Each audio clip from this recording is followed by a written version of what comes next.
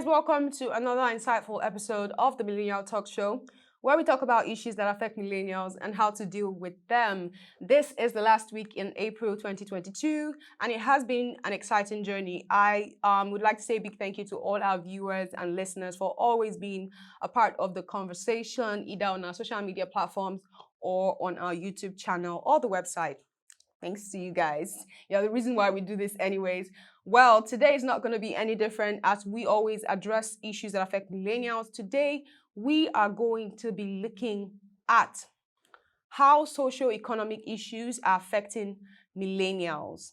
Now, according to recent trends, millennials have admitted that Nigeria faces existential crisis. Now, as the nation goes through a phase of diverse issues that threatens the stability and life force of the nation, these issues have led to the loss of hope, lives, shattered dreams, and several people are being pushed to the edge of the cliff. Now, while others are also taking an attempt to leave the nation to find a hope for greener pastures. Notwithstanding, there are millennials who have decided to look beyond these issues, such as corruption, inflexible political system, a broken education system, poor human development, as well as crime and terrorism. Now, there are a few who have decided to forge ahead despite the challenges that we face on a daily basis. But let's take a look at some of the sentiments of millennials across Nigeria over the last 1 year. Now, these tweets just like a tip of the iceberg of what people are actually, lamenting about and the reason why we're actually having this conversation as well. Well, guys, the question is, how do these socio-economic issues affect millennials who are said to be the future of the nation? And what can be done to avert the effect of these disruptions that are affecting the life of the so-called future generation of Nigeria? Now, to have this conversation with me, like I always say, I'm not going to be having this conversation alone. I have financial analyst Mr. Tunji Andrews. Welcome to the show. Hi, Mr. Thank you for having me. Good morning. Good morning. It's really great to have you here. First of all, I always like to, my guests to give a brief introduction about themselves. So please go ahead and give us a brief introduction about yourself. My name is Tunji Andrews. I'm an economist. I'm now the CEO at Awaba. Awaba is a digital pension platform for self-employed Africans. And yeah, basically that's who I am and what I do. Well, I believe that as a Nigerian, you can relate to most of the socio-economic issues that we face on a daily basis. So as a young Nigerian, how has these socio-economic challenges affected you as a person, as a millennial who is an extension of other millennials living in Nigeria? I think that the biggest is the global price shocks, because there is this large feeling with a lot of Nigerians that the high inflation is only a Nigerian phenomenon. Mm-hmm. But I mean, almost everywhere you go in the world, there is high inflation. I mean, America is experiencing over 7% inflation, which is the direct equivalent of Nigeria's 17% plus inflation rate. So, and you see that happening in the UK, you see it happening everywhere. So inflation is really, really high at this point. A direct effect of some of the issues that have happened with a lot of stimulus that happened during the pandemic and the lockdown and so many things like that. But I can say that the biggest of the issues is that prices have gone up. Things are a lot harder for a lot of people. Salaries have not significantly increased.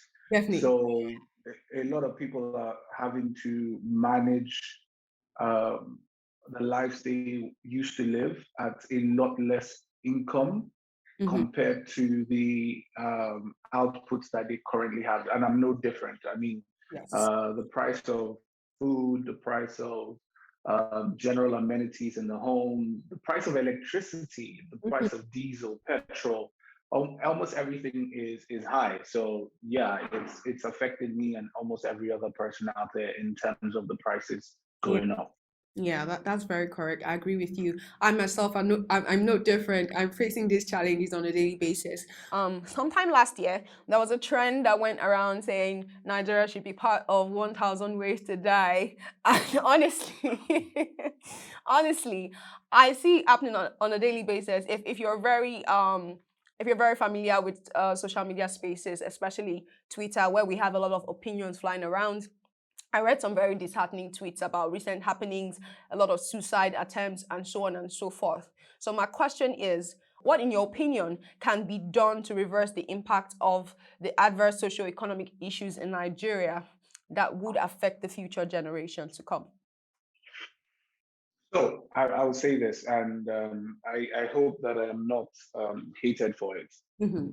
What we're experiencing is not new to the world. A Definitely. lot of Nigerians are adversely spoiled by government after government who have made it their job to try to make the people believe that they are taking care of them.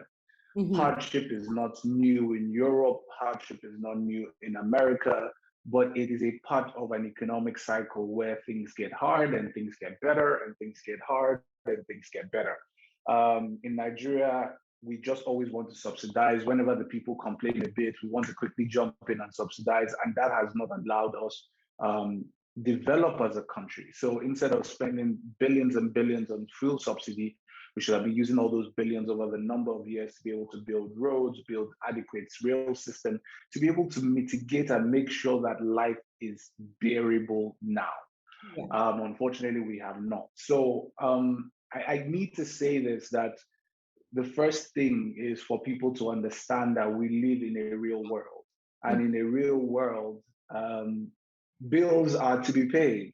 Yeah. And in the real world, it's difficult. And we all see this when we travel to Europe, we travel to the US, we travel to other parts of the world that are structural. We see that you get a salary, you get, like, some parts of the world, half of the money is gone in taxes already. Then Mhm. you pay your light bill, you pay your Electricity you and pay, all. you get your Oyster card, Yeah. you do this, you do that. By the time you paid everything that you're supposed to pay, you have little to nothing left for the rest of the month.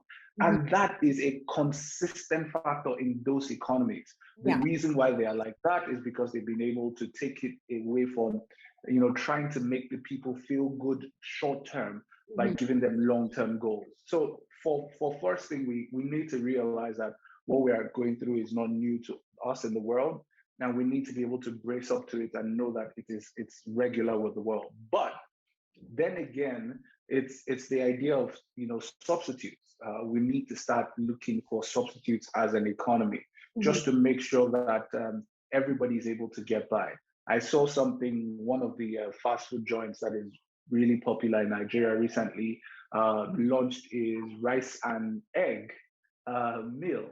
And on Twitter, it went viral, and people are making fun of the Mhm. picture, like, oh, this guy is sell chicken, and now they're selling rice and egg, and it's supposed to be a joke factor, Right. but all these people also, when they travel to Europe, they go to food stands on the side of the road and they buy fish and chips Mhm. for pennies, and they go to the hot dog stand. Mhm. Not everybody goes into the restaurants and be able to buy food. So the idea is that you should be able to look for alternatives, and that restaurant, fortunately, unfortunately, is giving alternatives to the fact that things are difficult in the economy, and that is where we must be. You must be able to seek alternatives to everything. So if you can't buy the premium cable TV, you find something a little cheaper. You can't take the cab hailing services. You take a bus. You cannot buy the premium designer clothes. There's bend down select. There's always an alternative, and the idea is that you must realize that everything doesn't need to go as you want it today, Mhm. as long as you are building towards a better future for yourself. So I think the general thought is understanding where we are as an economy and as the world, but also understanding that substitutes are a part of life. Yeah. Things will get better eventually, and then you can come back to your normal standards. And if you can't get the premium milk, get the sachet milk. If you can't get the premium this, get the sachet that. To move on from now, and things will get better eventually. Yeah, definitely. I agree with that. Well, we have emphasized a little bit on what individuals should do, based on their own expectations and how they can manage situations around them. But let's focus a little bit on structure and what the government should be doing, because I believe that we did not just, I understand that every individual has a role to play in the system, but like we didn't just arrive at this point. What are the possible strategies that can be deployed to salvage the economy and inspire hope for millions of millennials in the country? I think ultimately we need better leaders, leaders who are able to be honest with the people. Mm, Um, so when I say that, I mean it from the perspective of Nigeria has consistently had a $30 billion budget for the last, say, maybe 8, 9 years. yeah. And every single year, we're not able to even create the amount of revenue to be able to fill that $30 billion budget. Mhm. So it means that we definitely have a revenue problem as an economy. We're not making enough money. Yeah. And unfortunately, the government still keeps trying to keep up appearances with the people, Mhm. to make them feel, oh, everything is fine. We just need to borrow a little to get by today. We'll fix it tomorrow. Yeah. And the people continue to live in this false reality, Mhm. where they believe the government should do this, the government should do that, the government should do everything. And because the government also wants to keep being voted in, they keep giving that facade. But the truth is, you cannot build an economy the way we are building ours. You cannot. You Mhm. need rail service. You need better housing. I mean, proper housing. You need skyscrapers in almost every part of the country that can house thousands of families at the same time. Mhm. You need adequate healthcare that is paid for by a proper health insurance system. You need a mortgage system that is working, and all those things require money. Yeah. Now, because they require money, it means you cannot afford, because we are not making enough money, you cannot afford to be subsidizing and doing a lot of frivolous activity because you don't even have enough money to begin with, but you have a lot of money, things to spend money on. So the little you have, you can't be silly enough to be spending it on things like subsidies and the rest. Right. So, first thing, you need to have honest leaders that will come out and tell the people the truth. See, we don't have money. Yep. I don't want to say, but we are broke, right? The little we have, we need to focus on this to make sure that the future is better for our children. Right now, we will suffer a little short-term pain to make sure that our children will have a better Nigeria. And that is, we need to focus consistently on building those things. And it's not impossible, it's not difficult, it's not rocket science, and it can happen. Right. Right. Um, so for me, the way to fix Nigeria is to have better leaders who, at the beginning, must be able to be honest enough to tell the truth.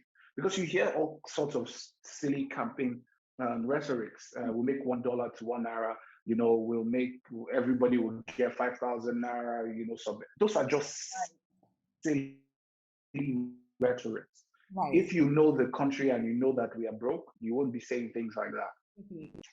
Absolutely. Well, those are amazing points right there. I believe everybody, every individual has a role to play. I understand that people are struggling, people are going through a lot, and the likes, But at the same time, I feel like we, as much as we want to rant about the leaders and the roles that they need to play in implementing the right structures, we all have to start, because the truth is, a lot of leaders are putting out these facades for people to believe, and people are actually buying into it. That's the funny part of it. They're buying into these ideas that someday a government is going to come and give them 5,000 naira every month. We don't even have a structure that can carry that. It's not even very realistic to start with. So, what would you have to say to millennials out there who are struggling and they're saying, oh, all hope is lost?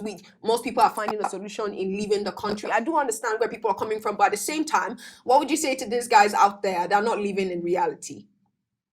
I think the first thing to say is to wake up to the realities of life.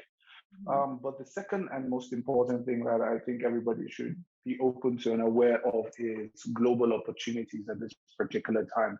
One of the things the pandemic did for us that was fantastic is, remote work and the ability to be in Lagos and work anywhere in the world. So I think millennials need to take advantage of that, and you will be paid in foreign exchange. So that gives you the competitive advantage to be able to live the kind of quality of life you want to live in Nigeria. And sometimes it even avails you the opportunity to even relocate if that is what you want to do. So for me as a person, I think you need to wake up to the realities. Stop. It's the Americans say it's not what your government can do for you; it's what you can do for your country, and that is the mindset we have to start looking at. We're 200 million people who can be a massive workforce for any country, any world organization, and we can start doing it and earning significant foreign exchange for the country. So I think it starts with you. So wake up to the realities, know that nobody's coming to save you, know that no president, no governor is coming to save you, but you can save yourself. So look across the borders, look to the west, look to the east, and you might find global opportunities to take you in. All right. Thank you very much. This has been quite an insightful conversation. I do believe that people out there are learning because, honestly, why I decided to have this conversation, because I could see a lot happening at the same time around the country. Thank you very much for being a part of the show. And I did enjoy this conversation, I would like to say. So I do hope that sometime we could bring you on if we have some other interesting topic that we believe that you'd have to share more insight with us on. Thank you very much. Always available. Always available. All right. Thank you. Well, guys, I hope that you have learned a lot from today's conversation. Just like our guest has said, you need to wake up and start living in today's reality. Snap out of it, guys. Snap out of it. Well, keep watching. Till next week.